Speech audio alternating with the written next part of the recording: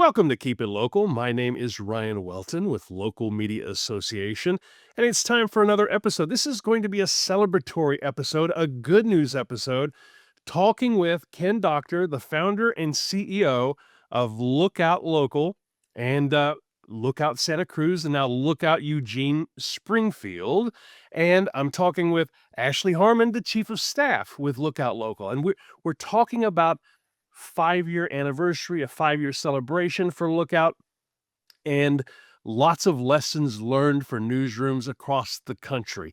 But let's just start with the quick bio here. Ken Doctor founded Lookout Local in 2020 in the belief that mission-oriented publishers and believers in the power of local democracy can themselves be digital disruptors.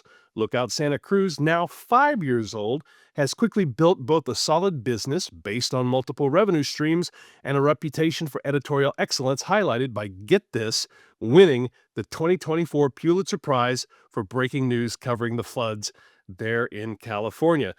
Ken, Ashley, welcome. How about we start with just a basic introduction? I gave it in my words, but Ken, let's start with you. So it's been a remarkable half a decade. We were just celebrating with our members last Wednesday at the local museum.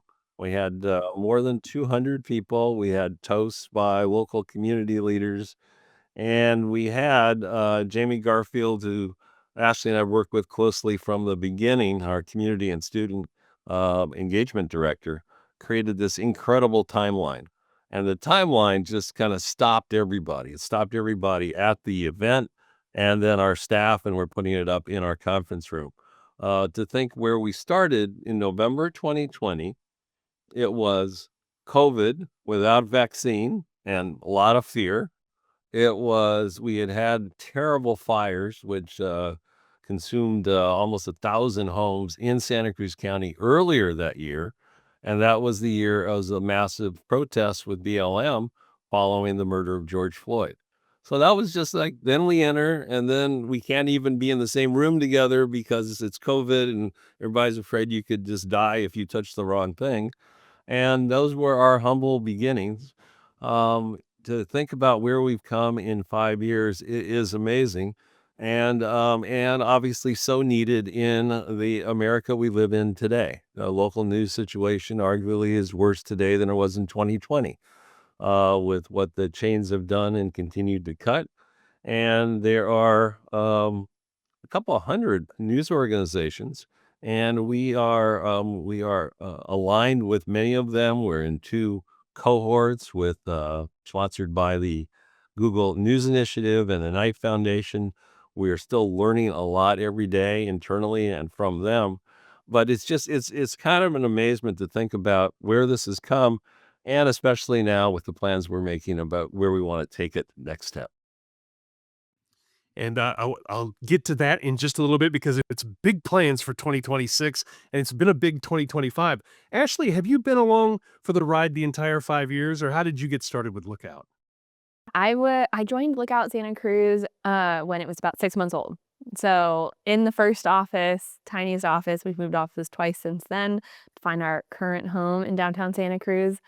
But I started in advertising. I was leading our digital advertising department, and then have kind of grown with Ken as we expand this inch by inch every single day for the last 5 years. I describe Ashley as the glue and the solvent of the operation. Uh, and Yep. it seems true every week. I was gonna say, chief of staff. I've been a student of presidential chiefs of staff, and if you watch The West Wing, Leo's the most important person in that operation. And so when you're the glue, you get to become chief of staff. So I totally get that. So it's been a big year, but Ken, just a quick origin story for those who might not be familiar with Lookout Santa Cruz or Lookout Local. And I got to tell you, folks, I've seen a lot of news websites in my 20 years doing this. Might be the most gorgeous website I've ever seen from a newsroom. It's just beautiful. But you started with Knight Ritter. You worked in newsrooms all across the country. What prompted you to try to pull this off? You have pulled it off. What prompted you to get started? So I started doing digital back 1994 in St. Paul. And if you remember at that point, the world looked all like upside to news companies. We had the Mercury News, which is owned by Night Ritter newspapers at that point, one of the first major newspaper websites. And we started our own in St. Paul. I was managing editor of the paper there. We had the second one in Night Ritter, which had 30 cities. And I came out to Silicon Valley in 1997. So really, I have been doing this for, it is 30 years. Through all the ups at the beginning, and then, oh my God, depression, descent. And now I think we are on the upswing again.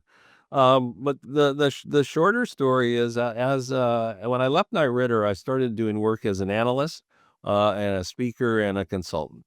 And that was a great learning experience for me because I could talk to many, many people. I wrote a book called Newsonomics in 2010. And then I wrote a column called Newsonomics for the Nieman Journalism Lab at Harvard. And that gave me the ability to get access to the top people in our trade, including people like Mark Thompson, as he was building the New York Times and its business model, arguably the best news business model in the world. And so I look at all these models, and I'm doing this work and speaking in Europe and other places, and it's great work. My wife and I had moved back to Santa Cruz in 2010, and we had met here a long time ago at UC Santa Cruz. And somewhere around 2016, 2017, my worlds collided where I kind of said, well, I'm a national expert on this stuff, on business models. People read me and I live in a town that has one of these ghost newspapers that used to be a lot better than it was and has gotten thinner and thinner and thinner. And so out of frustration, I think personal challenge, I said, okay, the models are there. We can do them. It's not a mystery. It doesn't need to be an experiment. What it needs is really good capital because it's a business. It needs investment capital. It needs to be big enough, and it needs to be, really importantly, journalistically good enough, and it needs to be a serious business. And there are lots of people arguing in that time period of, well, it needs to be nonprofit and it needs to be free and all this kind of stuff. And we said, no, that what matters is the community journalism. How do you produce the community journalism? And then how do you pay for it? And then how do you grow it? And so that's essentially been our odyssey here. And first couple of years, of course, were the hardest, and it has gotten easier. And we now have 38 people full time in the company between Santa Cruz and Eugene, and are planning further expansion. Actually, where are you in that 38? Were you one of the first hires? And are you from Santa Cruz originally, or did Ken bring you in? Yeah, no, my family has grown up in Santa Cruz. I didn't grow up here, but my family goes back generations of Santa Cruz. But I've worked in various community-facing jobs here in Santa Cruz, and really came with no media background, but it's the community building and mission-driven businesses that I've been drawn to. And so Ken sought me out through a couple references and had sent me the job description, and I'd say like the rest is history from there. But I was pretty early on. I think I was one of the first on the business team, and yeah, we grew the staff from there pretty shortly after. And you're on the business team. So as you see it, we're celebrating 5 years. How have you seen Ken describe this as being kind of on the upswing again? How have you seen the business change from a sufficiency, a sustainability perspective Mm. over the 5 years? And where do you think we're at right now? Oh, it's such a good question. Well, it's one of those things, though, we call our business team community and commerce. So we really are focused on those two things of like being as fiercely mission driven and business driven to make this a sustainable enterprise and keep it going for generations to come. But so it's the idea of like hiring and building the staff around those goals, and like being digital only, it gives us so much flexibility and creativity to make beautiful websites and focus on that user experience, and how is that showing up for advertisers, and how is that membership experience coming through, and the deliverability of those things. And so I think we've gotten so much smarter and faster at iterating and testing over these last couple of years, and it's an incredible comparison to Eugene of what we've learned in Santa Cruz of changing tech systems many times and figuring out all the things that slow us down and where are the gaps and where can we like optimize and further improve the workflows to make this just more seamless every day. And so being able to take those 4 years of learnings for Santa Cruz and apply them to Eugene just right out the gate, it's been an incredible comparison to see how much growth can happen, how quickly, when you don't have to make the same mistakes twice. And you can make new mistakes and then it applies, and then you can apply them both ways. And so, like, both publications are consistently getting better and better because both publications are pushing each other, kind of like their publications to the max of like, what's next? What can we build upon? What can we improve upon? And it just furthers both of those. And So future. Lookout Eugene-Springfield is now a few months old. It was earlier this year, right? April. Seven, 7 months old. Okay, 7 months old. Why Eugene? And I love Santa Cruz. I've got family in Oregon, but why Eugene? So it was somewhat serendipity and somewhat maybe foretold, I don't know. And so my wife's a native Oregonian. We'd lived there 10 years, for 10 years, but that was like 40 years ago. So we still knew people there, but we had a visit now probably 2.5, almost 3 years ago from a University of Oregon journalism professor who came down. And I'd gone to that school. I got my master's there and I got recognized by the school later on. And I was on the dean's council. So I'd had a relationship to Eugene and the journalism school. And he said, let me run an idea by you. I'm thinking of calling Gannett, which had taken over the local paper, the Eugene Register Guard. Gatehouse had bought it, and then Gannett merged with Gatehouse. And he said, it's really a shadow of what it was. Register Guard was once the best independent paper in the state by far, kind of a revered civic institution. He said it's really amounted to very little now, and people are so disappointed. And I'm thinking of going to Gannett and offering him $1 and turning it into a teaching hospital, right? Where the journalism students, it's a huge journalism school there, 2,000 students, could run the newspaper. And I said, I think that's all due respect, a dumb idea. That students, and we have a lot of young journalists and we work with a lot of interns. They're great to have as part of the operation, but they can't run a daily newspaper to the standard of what readers need. Out of that, I met with the journalism school people. I met with the community foundation there. And it became evident pretty early on that there was a lot of support, spiritual, emotional, and financial, I'd say, for a new medium. This was before the Pulitzer, but that people could look out Santa Cruz and they'd say, oh, wow, if we could have that in Eugene, we'd really like that. So that's how it got rolling. About that point, that is about 2.5 years in. We had always had the intention, or I had the intention from the beginning, and Ashley has helped stoke that over the years, of that we would do more than one lookout. But of course, the first couple of years, you're consumed with getting it right. And the whole idea has been for us to get it right, to expand the network prudently, but as aggressively as it made sense. But also, given all of that experience, 50 years of experience and all the downturn we've seen in the local news business, to present a model nationally that others can look at and say it can work with sufficient investment, enough attention to high editorial quality, fierce business activities, so that there can get more investment in this business across the country and fill up what are a lot of gaps in news coverage. So it is kind of serendipity, but it makes a lot of sense. And people have said, so what's your formula? As you expand, what are you looking for? And Eugene kind of accidentally almost fit that same one, which is a university town, which tells us from a business point of view, it's high education level, at least decent affluence to it, and for newspaper readership. And it had a chain-owned newspaper that had pretty recently been a community institution and taken away. You put those two things together, and that created a perfect opening for us. that in those days of print newspapers that I was in for so long, these were monopolies and they were in the market and you weren't going to compete with them. You couldn't compete with them. Huge market openings. We saw that in Eugene. We're really seeing it in half the country right now. And so it's incumbent on those people who have the ability and ambition and the capital to kind of seize that.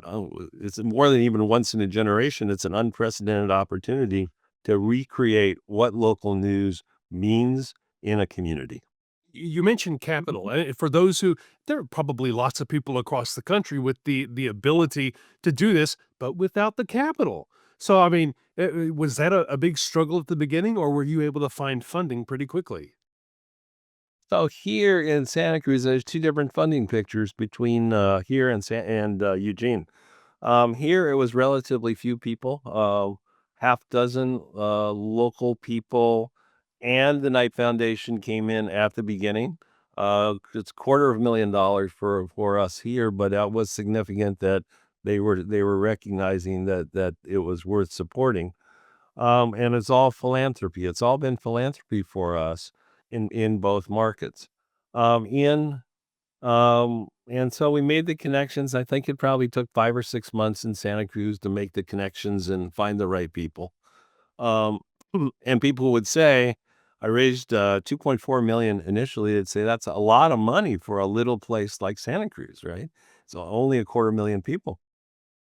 And they'd say, just go hire 2 or 3 people, get $500,000, hire 2 or 3 people and see what you can do. And I said, no, that's the problem. That's what grew out of my work as an analyst. You do 2 or 3 people, you can't really replace a daily newspaper. You need a fuller staff and of professionals who know what they're doing and editors, reporters and editors and the business side. So we raised that 2.4 million. In Eugene, it was philanthropy too, but much more broad-based. We actually have a wall in the office showing all the people who supported it, and it's up to 400 to 500 people who provided financial support. Is Nike involved by chance? They are not. Uncle Phil is not on the roster. Well, none of this works without the highest quality of journalism. Savvy consumers will see through that rather quickly. And in 4 years, you got a Pulitzer under your belt. How did that happen? Well, yeah, the natural environment helped, as it does with that kind of breaking news. But of course, we were ready. We were ready for it, and we had the staff. And Ashley described the kind of nature of the staff that you got to have the basic level of skill for all the jobs that we have. But then this mission orientation means you go the extra mile and you understand what it means to be a community newspaper. And we just call it a newspaper at this point. It's a newspaper that happens to be digital. So we were ready, and then we had these 9 atmospheric storms that came through. And while Santa Cruz, which is located between Monterey Bay and the Redwood Forest, is absolutely beautiful, it is very unstable soil. So the mountains were a mess. We had flooding on the coast, and we reported on it, and everybody just worked their tails off for a really 3-month period. And it was nice to be recognized for it. Um, it was both the words, the speed of reacting, of telling people about community resources, and the visuals, the photography that really captured the moments, all of that. Been covering breaking news that deepens the trust bond between you and the community. Oh, yeah. Ashley, if you would, you're from Santa Cruz, and you're all about the community right there. In addition to that coverage that won Lookout Santa Cruz a Pulitzer that earned them that, what other things are you seeing right now in running a newsroom that are super important to a community? I have a newsletter myself, and I had a mentor tell me you're essentially getting elected one person at a time based on whatever is important to them. So how do you see it? Oh, that's so interesting. I mean, the Pulitzer was amazing, and it's like as Ken said, it's like it was such a team effort. My name's actually included in the application because I was making Instagram reels at that moment to like serve out the content that we had of like updates of wharfs collapsing and cliff sides collapsing and all the things that was happening. So it's like, and I think that's the team that we're building here of just like that anyone can, or add that real team dynamic and being able to serve the information to people in the way that they need it, right? Or where they're at, right? We don't always expect people to come to our site or come to us. We need to be able to go to them. And so that community aspect of like, maybe you're not following Lookout Santa Cruz newsletters, but you were probably on Instagram being like, oh my gosh, this seems like a lot of rain, right? Like you're like, is this normal? And it's like, no, it's not normal. And like, here's the update, like here's what you need to know about evacuations in the area. And being able to like adapt to that moment of like, what do people need to know and where are they? And I think that just goes through the whole year of like, we try to show up and truly show that like our office and we work from the space downtown and we are here and our correspondents are here on the ground reporting, and we really try to just show up in any aspect of the business, right? So for our business team, we're going to chamber events and we are sponsoring the local fundraisers for nonprofits, and we're showing up to the galas, and we're showing up to where like Lookout can support and kind of like uplift what's going on the business side.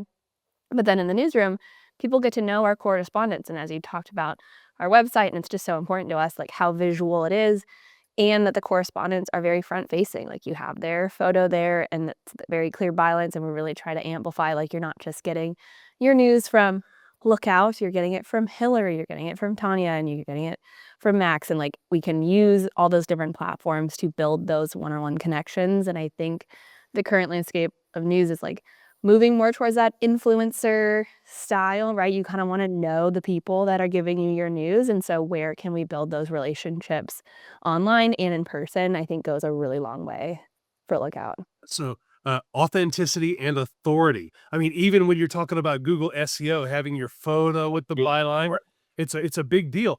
You talked about though being where the people are, and that's in person, but that's also where they spend time. Totally. Is it mostly just the Meta products, Instagram, Facebook? Or are you doing a lot of TikTok? Are there any platforms that people are overlooking? Ooh, we have not dabbled into TikTok yet. We really should, because we are making a strong focus on short form video. And so that's one of those things we've been slow to. But where we make up for it is that we are really great with our short form video, and we're doing it in a way that's not just like, I don't know. Why don't you talk a little about the app? Yeah, and and our what the app app is? and like where people can kind of think of us as the go-to, right? And so it's like we did develop our own app with Newspack and PugPig. And so being able to be on people's phones and serve them day to day and build that direct relationship, we've seen huge success with it so far, especially since launching out the gate with website, newsletter, and the app for Eugene. Like it's just how you read Lookout. You read on the app, you're getting your newsletter in the morning of like your daily paper, and then you're reading those stories in the app. And really getting to own that direct relationship with people through the app experience, and then being there, building those like more, I don't know, the short form videos with our correspondent spaces on them have just done really well for us to be able to like get people in there. And it's like, it's just, you could read the headline, but you just get your synopsis from Max, and it goes a long way. Let me ask you a follow-up, because I know that there's going to be LMA folks out there who see this and they're going to have this question. How difficult was it to get some of the journalists to buy into having to be front-facing on these things? I think, Front-facing little. and it's so interesting because it's like, we have discussions about it, and I think some people are more keen to try it. And so once you got a couple people to dip their toes in, you're just like, it's not so bad. And it's like, right. And it's like, we have it set up for them where it's as low lift as it could possibly be, right? It's like a standing studio in our conference room right next to me, and you can pop in, and we have the kind of like workflow set up so it hopefully feels semi-seamless and the people behind it. And it's nerve-wracking, but I think where we can support them through it of like showing the impacts and showing that people want to get to know you as a person, want to see you, and like your face is already across Lookout, or like what's a video form, But it's just building. We have that culture here where people do trust me enough to be like, I will try it for you. I will not feel comfortable maybe the first time, but I will try it, and I'll take your notes and I'll give it a go. And Eugene has been the same thing of like, they're taking their own spin on things, and they're just you have a couple people that are really passionate about it, some not so keen, and it's okay. And so we do it as a team, and we can find our way forward. Let me Yeah. let me Let me add a couple of things to that too. And Ashley said, the comfort in.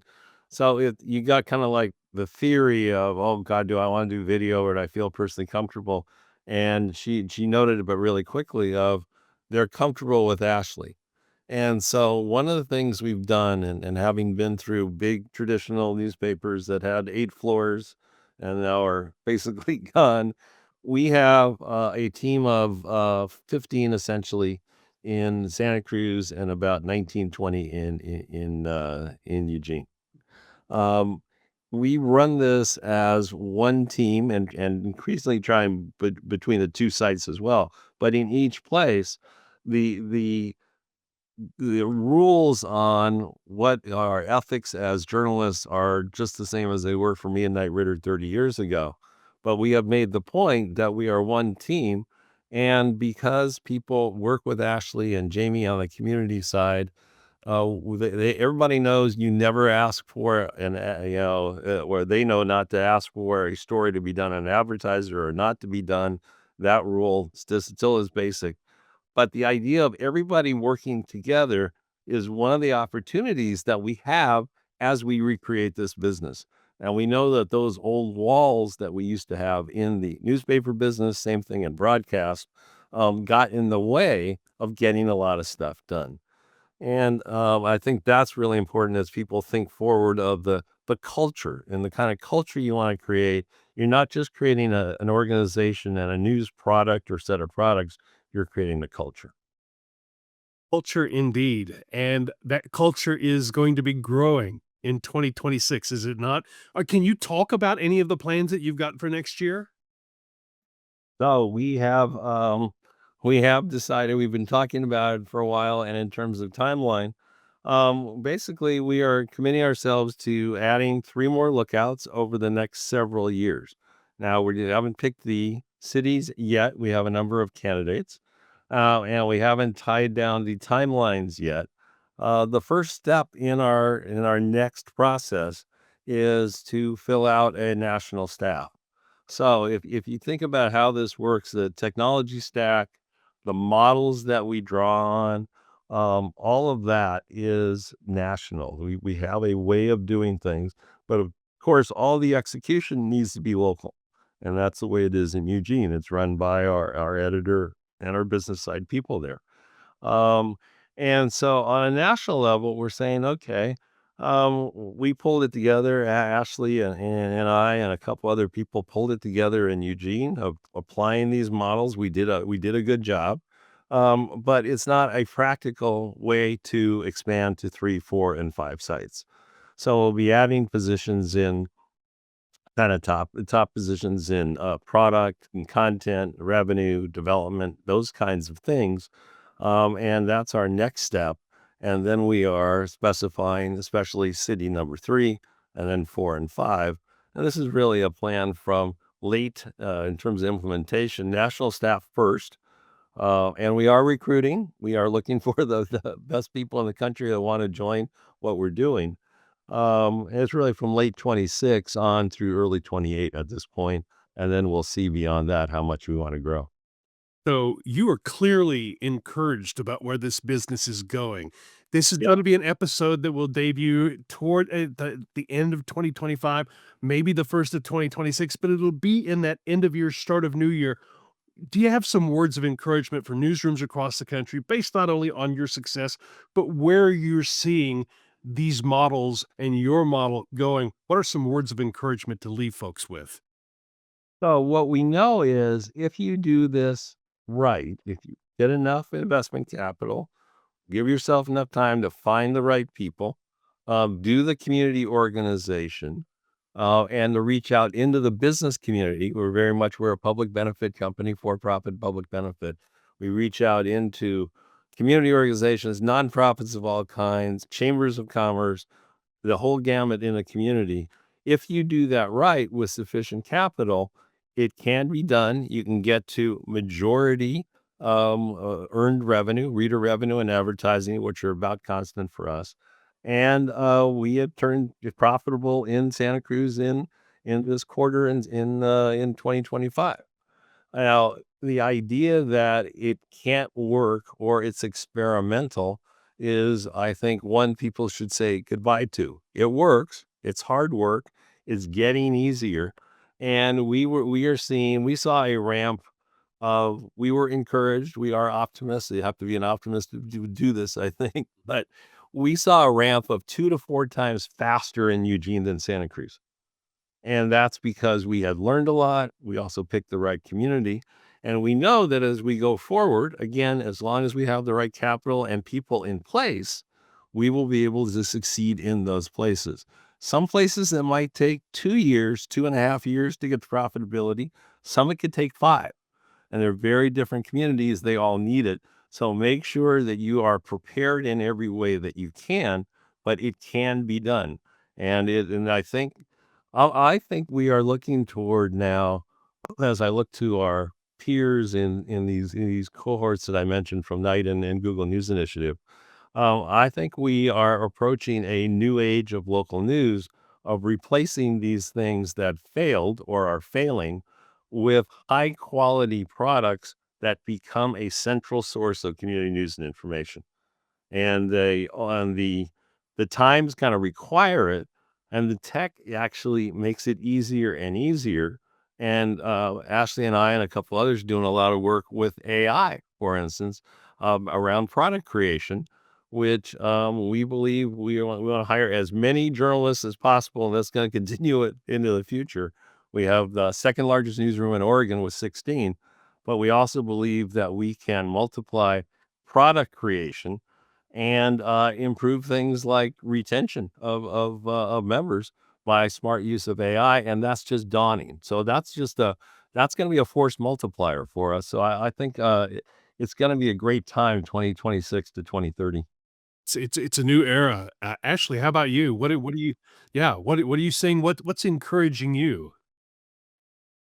Encouraging me so much. I mean, honestly, it's the passion and dedication of the staff and just like everyone being like the people that we're bringing in for Eugene hiring and even for Santa Cruz as we grow the staff here. It's like people are so passionate about keeping local news as it's intended, right? Keep democracy thriving, and that, and like the value of that is not lost on anyone. And being able to fuel that and know that we are on this same team and the same path towards being as mission driven as we are business driven, so that we can be sustainable and grow careers and help people do better work by like fulfilling them and making sure that they can have a well-rounded life and where they're living and they raise their families and all the things that come with a well-rounded business, I think goes a long way. And yeah, there's really amazing people out there that are gonna add so much to the teams, and as you build and as you grow, I think there's a lot of excitement around that, just like the people and the ideas that'll come out of this next era of news and information and meeting the current moments to keep it all flowing. I'm feeling Taylor Swift. This is a new era. This is the new this is the local news era. It's really exciting. Ken Doctor, Ashley Harmon, thank you so much for your time joining us. For those of you watching us on YouTube or listening to us on a podcast, make sure, yes, wear the brand, show off the Branding. you bet. This is our new shirt, Ryan. You got it. I love it. Absolutely love it. So if you're watching this on YouTube, please leave a like, subscribe to this channel, leave a comment. I'll make sure that Ken and Ashley get those. And if you're on the podcast, leave us a 5-star review. Why don't you? It helps us get discovered by more folks in more newsrooms across the country. So for Ken, for Ashley, I'm Ryan Welton with Local Media Association, encouraging you to keep it local. Thank you.